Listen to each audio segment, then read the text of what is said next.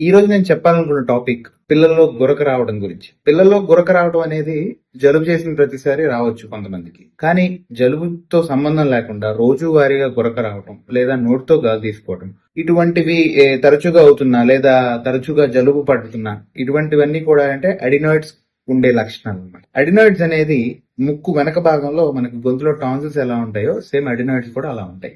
అవి సైజ్ పెద్దగా ఉంటే పిల్లల్లో గురక రావటం, నోటితో గాలి తీసుకోవటం, తరచూ జలుబు చేయటం, చెవి నొప్పులు రావటం, వినపడడం తగ్గటం ఇటువంటి లక్షణాలతో మనకి కనిపిస్తూ ఉంటారు. సో ఇటువంటి లక్షణాలు కనుక పిల్లల్లో మీరు గమనిస్తే ఖచ్చితంగా మీ దగ్గర ఉన్న ఒక ఈఎన్టీ సర్జన్ కలవండి. అడినాయిడ్స్ ఉన్నాదో లేదో నిర్ధారించుకోండి, ట్రీట్ చేయించుకోండి. Thank you very much.